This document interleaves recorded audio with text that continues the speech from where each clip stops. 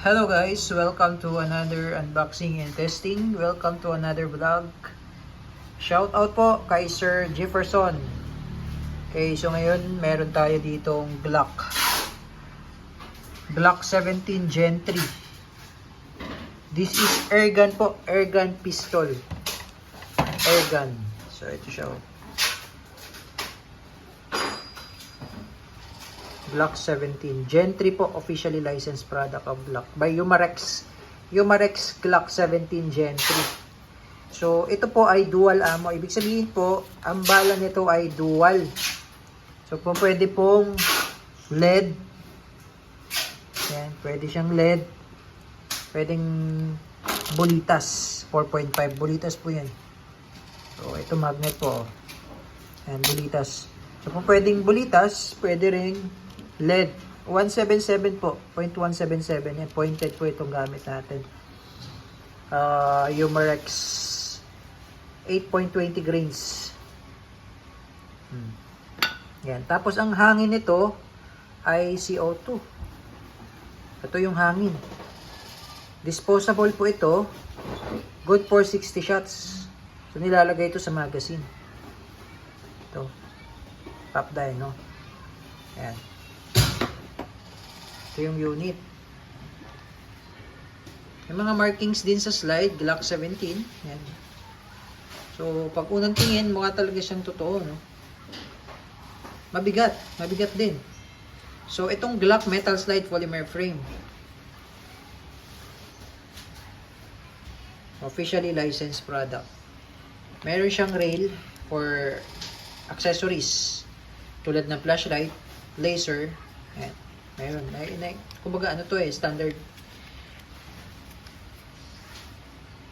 Ayan. So, pakita ko lang yung kanyang magazine.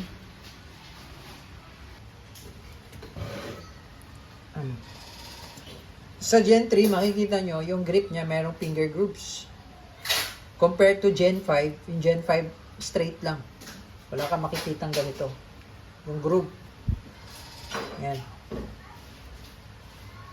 Tapos, ito yung magazine. Rotary mag. And this is 3 joules pala, 3 joules. 4 na rotary mag. So, pinakamagazine. Isang mag lang yan buo, pero 4 yung rotary. Kaya yung lagayan ng bala. So, ito yung para sa steel ball. Itong 3 ay para dun sa pellets. Okay. So, ito maglalagay tayo ng bulitas. Yan. Kahit hindi nyo natanggalin yung rotary. Yan. Lalagay nyo lang. Direkta yung rotary. Ay, yung bala.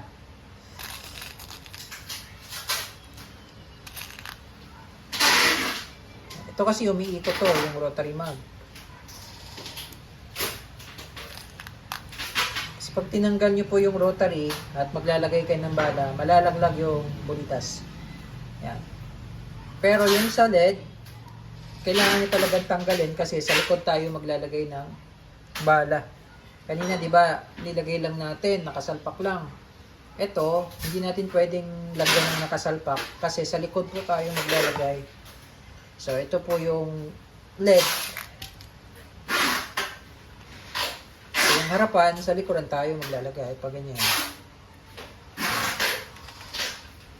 Yung nose, yung nosing niya, yung butas, yun yung nasa harap.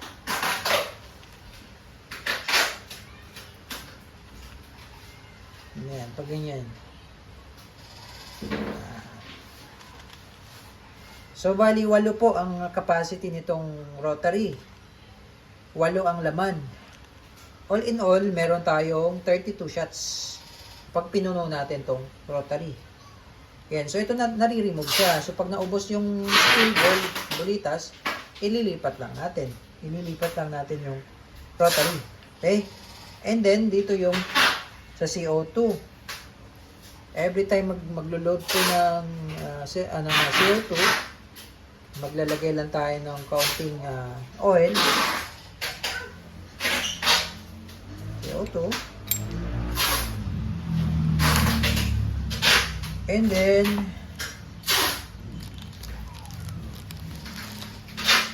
ito yung allen. Higpitan lang po. Kailangan mabilis po ang pihit, no?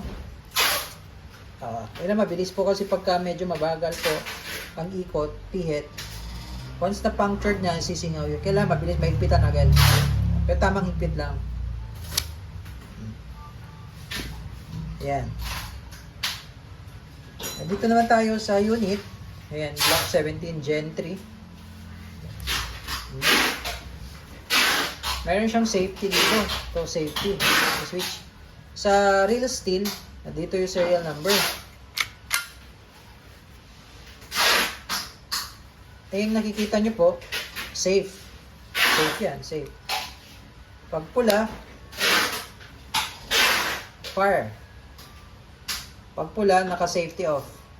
Pag puti, naka-safety on. Safety off. Yan. Bali, trigger niya malalim. Sagad sa dulo ang trigger, malalim po ang trigger. Yan. Okay, hindi siya optic ready. Kagandaan niya, bakal na yung loob. Hindi katulad sa airsoft, makikita mo sa airsoft merong nozzle eh. Yung plastic, yung nagtutulak sa bala para loading nozzle tawag doon para tutulak niyo yung bala papasok doon sa barrel. Ito, iba mechanism nito. Kaya all steel na yung loob niya. Pag sinalpak mo dito yung magazine. Pag ganyan po pagkasalpak ng magazine po, no? Ayan. Para hindi malaglag yung rotary. Kita nyo yun. So, iba yung ano niya, yung mechanism niya. Okay, so testing. Testing, Glock 17 Gen 3. Dual ammo.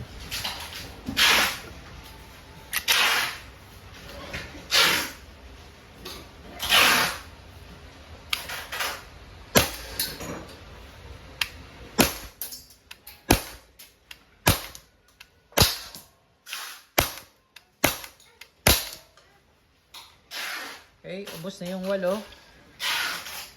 Ngayon, ililipat nyo lang yung rotary. Lilipat lang natin.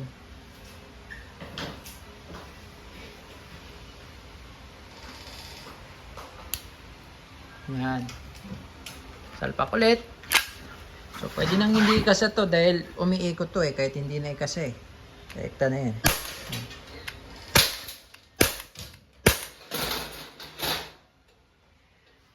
Wala na. Okay, so hindi yan naglalak pag wala ng bala dahil nga rotary siya eh. Iba yung mechanism niya. Wala siyang bala. Okay. Glock 17 Gen 3 dual ammo. Airgun po, airgun.